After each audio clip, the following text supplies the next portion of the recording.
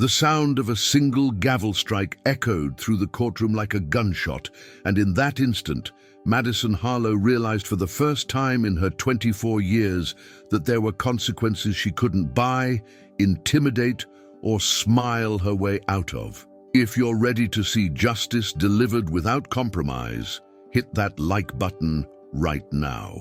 The morning had begun with the kind of suffocating humidity that made the old courthouse feel even heavier than usual. The wood-paneled walls seemed to absorb every breath, every whisper, every nervous shuffle of feet against the worn marble floor. Sunlight filtered through the tall windows in thick, dusty beams, illuminating particles that hung suspended in the air, like the tension itself had become visible. At the center of it all sat Judge Elias Monroe, a man whose mere presence commanded a silence so complete that even the court reporter seemed to type more quietly. Madison Harlow entered the courtroom the way she entered every room in her life, as though she owned it. Her heels clicked against the floor with deliberate rhythm, each step a small announcement of her arrival. Her blonde hair was pulled back in a sleek ponytail that probably cost more than most people's monthly rent, and her designer suit, cream-colored, perfectly tailored, with gold buttons that caught the light, was chosen specifically to project innocence and untouchability. She carried a small clutch purse that matched her shoes, and her wrist bore a watch that could have paid for a year of college tuition. Behind her walked her father's legal team, 3 attorneys in matching navy suits, carrying leather briefcases that bore the embossed logo of one of the state's most expensive law firms. They moved with the practiced confidence of people who had never lost a case they couldn't afford to win. The lead attorney, Gerald Whitmore, was a silver-haired man in his 50s who had made his fortune defending the indefensible as long as the check cleared. Madison took her seat at the defense table with a small, practiced smile. Not quite apologetic, not quite arrogant, but somewhere in between. The kind of smile that said she understood this was all very serious, but also that she was confident everything would work out fine. It always had before. Judge Monroe watched her sit. He didn't move, didn't blink, just watched with those steady gray eyes that had witnessed 40 years of human behavior at its best and worst. His face was deeply lined, each wrinkle a story, each crease a case he'd presided over. His black robe seemed to make him part of the courtroom itself, as though he'd been carved from the same dark wood that surrounded them all. The prosecution table was occupied by a single figure, District Attorney Rebecca Chen, a woman in her late 30s with sharp features and sharper instincts. She wore a simple black suit and carried a single manila folder.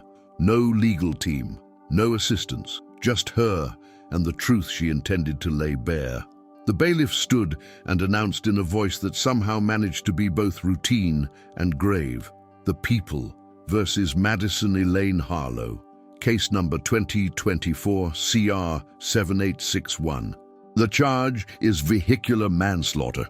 The words hung in the air like smoke. Vehicular manslaughter. Not reckless driving, not a traffic violation, a death. Judge Monroe leaned forward slightly, his hands folded on the bench before him.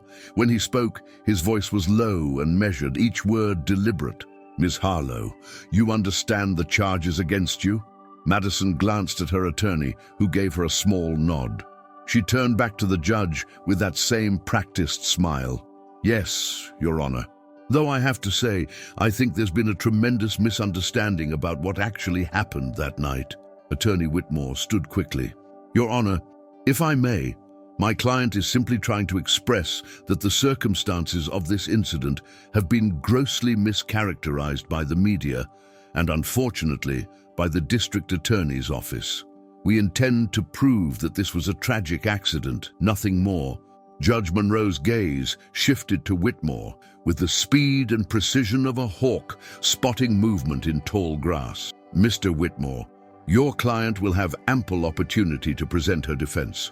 Right now, I asked her a simple question. Does she understand the charges? Yes or no? Whitmore sat down. Madison's smile flickered for just a moment. Yes, Your Honor.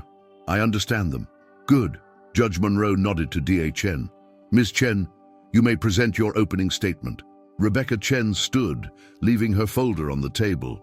She didn't need notes for this. She'd lived with this case for 6 months, and the facts were etched into her memory like scars. She walked to the center of the courtroom, her heels clicking softly against the floor, and turned to face the judge. "Your Honor, on the night of March 15th of this year, at approximately 11:47 p.m., Ms. Madison Harlow was driving her father's Tesla Model S northbound on Riverside Drive.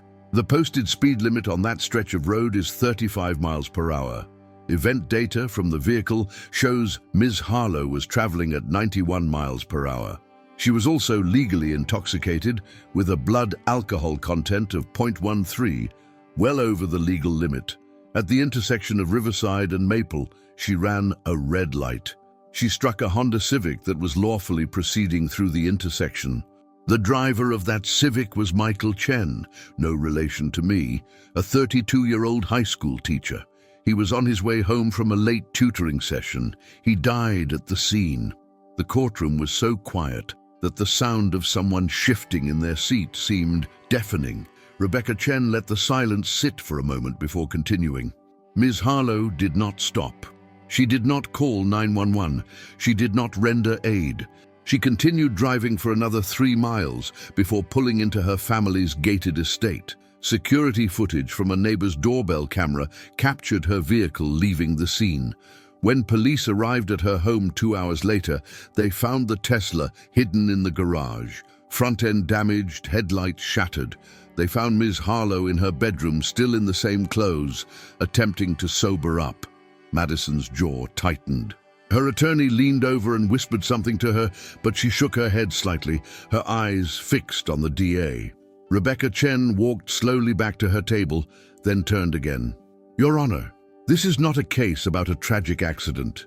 This is a case about a young woman who still believes, that her father's position, her family's wealth, and her social status place her above the consequences that ordinary people face every single day. Michael Chen is dead because Ms. Harlow made a choice to drink, a choice to drive, a choice to speed, and then a choice to flee. She chose her comfort over his life, and now she must face justice." She sat down. The weight of her words pressed down on the courtroom like a physical force. Judge Monroe turned his attention to the defense table. "Mr. Whitmore, your opening statement." Gerald Whitmore rose with the smooth confidence of a man who had done this 1,000 times. He buttoned his suit jacket, adjusted his cufflinks, and walked toward the center of the courtroom with his hands clasped behind his back, the picture of reason and measured concern. "Your Honor, what we have here is indeed a tragedy. No one, not Ms. Harlow, not her family, not anyone, disputes that Michael Chen's death was a terrible loss. But the question before this court is not whether someone died. The question is whether Ms. Harlow is criminally responsible for that death in the manner the prosecution suggests." He gestured vaguely toward Madison, who sat with her hands folded on the table, her expression now carefully neutral. "My client is a young woman who made an error in judgment. She should not have been driving that night. She acknowledges that. But the characterization of her as some kind of callous, privileged monster who fled the scene with no regard for human life, that's simply not supported by the facts." D.A. Chen's pen stopped moving. She looked up slowly, her expression unreadable. Whitmore continued, warming to his theme. "The truth is, Ms. Harlow was in shock. The collision happened so quickly that she wasn't even certain what had occurred. The airbags deployed, the car's emergency systems engaged. She was disoriented, frightened, and yes, impaired. In that state, she did what many people would do. She drove to the safety of her home. Was it the right decision? Of course not. But it was a human decision made in a moment of panic, not a calculated act of cruelty." Judge Monroe's expression hadn't changed. He sat perfectly still, his eyes tracking Whitmore's movement across the courtroom. "Furthermore, Your Honor, the speed data from the vehicle is unreliable.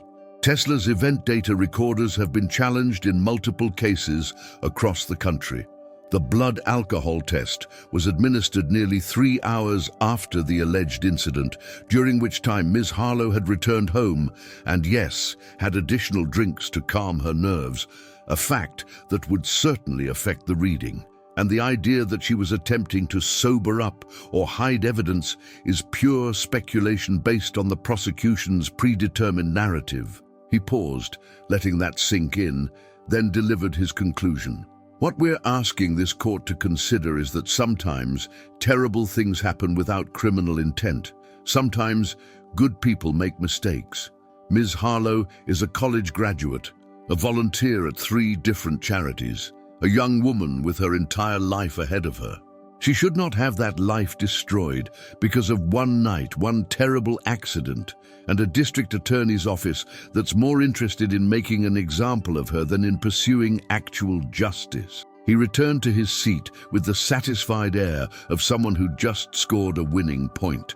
Judge Monroe waited a full 10 seconds before speaking. When he did, his voice was even quieter than before, which somehow made it more commanding. "Mr. Whitmore, did you just tell this court that your client had additional drinks after killing someone and before the police arrived?" Whitmore blinked. "Your Honor, I was merely explaining the timeline to provide context for—" "You were explaining that your client, after causing a fatal collision, went home and drank more alcohol. That's what you just said, in your opening statement, as part of her defense." The attorney's face went slightly pale.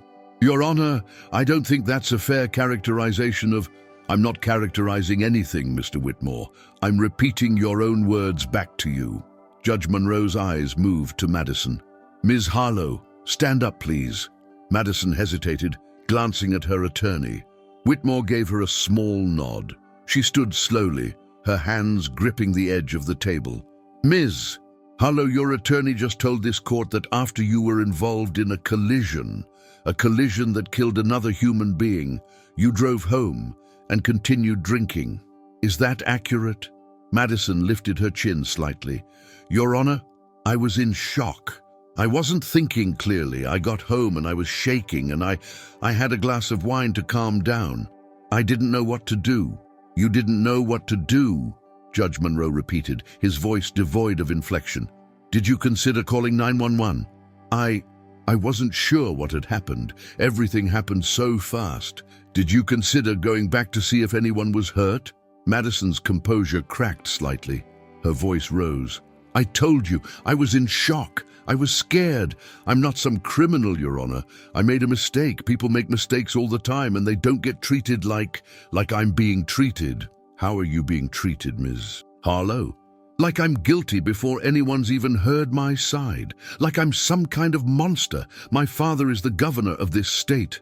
My family has done more for this community than—" "Your father is not on trial here," Judge Monroe interrupted, his voice cutting through her words like a blade. "Your family's charitable donations are not on trial. You are on trial for manslaughter, because a man is dead." Madison's face flushed. "I understand that, but do you?" The judge leaned forward slightly. "Because everything I've heard so far suggests that you believe your discomfort, your fear, your shock, your need for a glass of wine, that all of that somehow matters more than the fact that Michael Chen's wife became a widow that night, that his 8-year-old daughter lost her father. Do you understand that your choices ended his life?" Madison's jaw set. Her eyes flashed with something: anger, defensiveness, the instinct to fight back. "With all due respect, Your Honor, I don't think you're being fair. You're making assumptions about me based on who my family is, and that's not justice. That's prejudice." The courtroom collectively held its breath. Attorney Whitmore closed his eyes. D.A. Chen's pen stopped mid-word. Judge Monroe sat back in his chair. He folded his hands across his chest. And then he smiled, just the smallest curve at the corner of his mouth, barely visible, gone in an instant. It wasn't a warm smile. It was the smile of someone who'd just heard exactly what he expected to hear. "Prejudice," he said softly. "You believe I'm prejudiced against you. I believe you've already made up your mind," Madison said, her voice gaining strength from somewhere. probably the same place that had carried her through 24 years of getting her way. I believe you see me as some spoiled rich girl who thinks she's above the law, and nothing I say is going to change that. So why don't we just skip to the part where you punish me for being born into the wrong family? Ms. Harlow, sit down, Whitmore hissed, grabbing her arm. She shook him off. No, I'm tired of being treated like I'm guilty when all I did was make a mistake. A mistake, one night, and now my entire life is being destroyed because some district attorney wants to make a name for herself and some judge wants to prove he's tough on the children of politicians. Judge Monroe didn't move, didn't blink, just watched her with those steady gray eyes as she spiraled. You want to know the truth? Madison continued, her voice rising. Yes, I was drinking. Yes, I was speeding. Yes, I left the scene. But I'm not going to stand here and pretend I'm some hardened criminal who deserves to rot in prison. I'm a good person. I volunteer. I donate. I contribute to society. And I am sorry that man died. I really am. But it was an accident. And you know what? You have no power over me. My father will make calls. My family has lawyers who will appeal whatever sentence you hand down. You can sit up there on your bench and play judge all you want. But at the end of the day, you're just one man in one courtroom, and I am going to walk out of here and continue my life. The silence that followed was absolute. It was the kind of silence that occurs in the moment before an avalanche, when the mountain itself seems to pause and consider whether to bury everything below. Judge Monroe uncrossed his arms. He leaned forward slowly, resting his forearms on the bench. When he spoke, his voice was so quiet that people in the gallery leaned forward to hear him. Ms. Harlow, you're right about one thing. I am just one man in one courtroom. But in this courtroom, at this moment, I am the law. And the law does have power over you. It has absolute power over you. Not because of who I am, but because of what you did. He picked up a piece of paper from the bench, looked at it briefly, then set it back down. You seem to believe that remorse is the same thing as a list of your accomplishments. You seem to think that because you volunteer and donate and contribute to society, that should somehow balance the scales. Let me be very clear, it doesn't. Your charity work is wonderful. I'm sure it helps people, but it doesn't bring Michael Chen back. It doesn't comfort his daughter when she wakes up crying for her father. It doesn't fill the empty chair at their dinner table. Madison's face had gone pale, but her jaw was still set in that stubborn line. Judge Monroe continued, You say you made a mistake. Let's examine that. You chose to drink. That was a choice. You chose to get behind the wheel of a vehicle after drinking. That was a choice. You chose to drive at nearly 3 times the speed limit through a residential area. That was a choice. You chose to run a red light. That was a choice. And after you killed someone, you chose to leave him bleeding in the street and drive home to have more wine. That was a choice. Those aren't mistakes, Ms. Harlow. Those are decisions, and decisions have consequences. He stood up, and the entire courtroom seemed to rise with him in spirit, though no one moved. You say I've prejudged you, but you've just spent the last 5 minutes telling me exactly who you are. You're someone who believes that consequences are for other people. You're someone who thinks that power and privilege can shield you from accountability. You're someone who values your own comfort more than another person's life. You told me all of that yourself. I didn't have to assume anything. Madison's hands were shaking now. Your Honor, I'm not finished. His voice didn't rise, but the command in it was absolute. You told me I have no power over you. You told me your father will make calls, your lawyers will appeal, and you'll walk out of here and continue your life. Let me tell you what's actually going to happen. He picked up his gavel. The entire courtroom seemed to contract around that small wooden hammer. This court finds sufficient evidence to proceed to trial. Bail is revoked, effective immediately. Ms. Harlow, you will be taken into custody today and held at the county facility until your trial date. Furthermore, I am ordering a full forensic audit of all evidence in this case, including the vehicle's data recorder, all security footage from the night in question, and a deposition from every member of your household staff who was present when the police arrived. If I find even a hint that evidence has been tampered with or that anyone has attempted to intimidate witnesses, I will add obstruction of justice to your charges personally." Whitmore shot to his feet. "Your Honor, this is highly irregular. You can't simply revoke bail without—" "Mr. Whitmore, your client just stood in my courtroom and announced her intention to use her family's influence to circumvent the legal process. She admitted to additional criminal behavior, consuming more alcohol and potentially destroying evidence. And she showed absolutely no genuine remorse for ending a human life. She has demonstrated that she is both a flight risk and a danger to the integrity of this proceeding. Bail is revoked. If you want to appeal that decision, you know where the appellate court is." Two bailiffs approached the defense table. Madison's eyes went wide. Wait, you can't. I have a life. I have plans. I'm supposed to—" "You're supposed to face justice," Judge Monroe said, his voice cutting through her protests like ice. "The way everyone else does. The way Michael Chen's family is facing the reality of their loss every single day." "Daddy will fix this," Madison said, her voice rising to a near shriek as the bailiffs reached her. "He'll fix this. You don't know who you're dealing with." "Actually, Ms. Harlow, I know exactly who I'm dealing with." Judge Monroe's expression was granite. "I'm dealing with someone who thought she could kill a person and walk away because of her last name. I'm dealing with someone who believed that privilege meant immunity. And I'm dealing with someone who's about to learn a lesson that apparently no one in her 24 years has ever taught her. Nobody is above the law." The bailiffs put Madison in handcuffs. The click of the metal seemed to echo off every wall.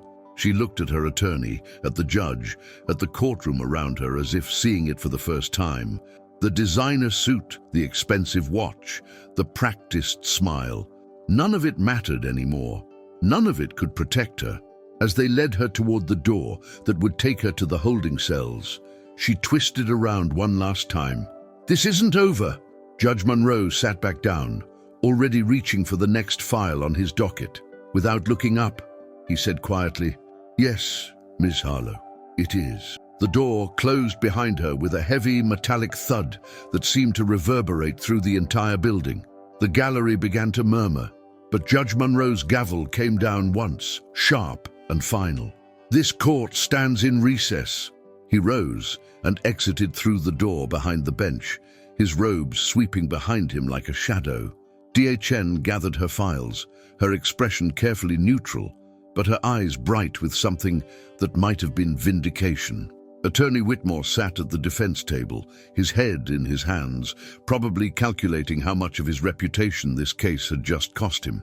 In the gallery, a woman in the front row sat with tears streaming down her face. She was holding the hand of a small girl with dark hair and her father's eyes, Michael Chen's widow and daughter.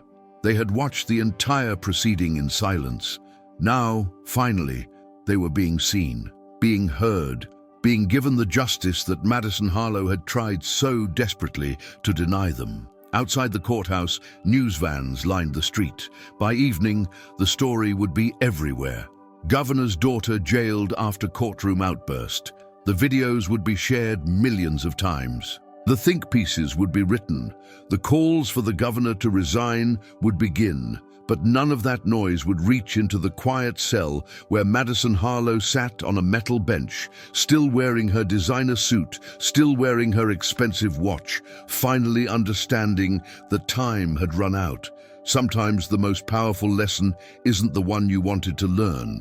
Sometimes justice arrives not with mercy or compromise, but with the cold, clear truth that consequences don't care about your name, your money, or your connections. They care only about what you did and what you refused to take responsibility for.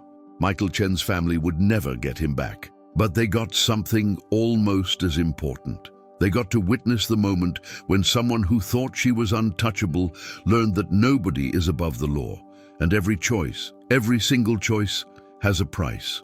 If this story reminds you why justice must be blind to privilege and power, smash that like button, subscribe to this channel, and drop a comment saying justice for all, or tell us where you're watching from. Because stories like this aren't just entertainment.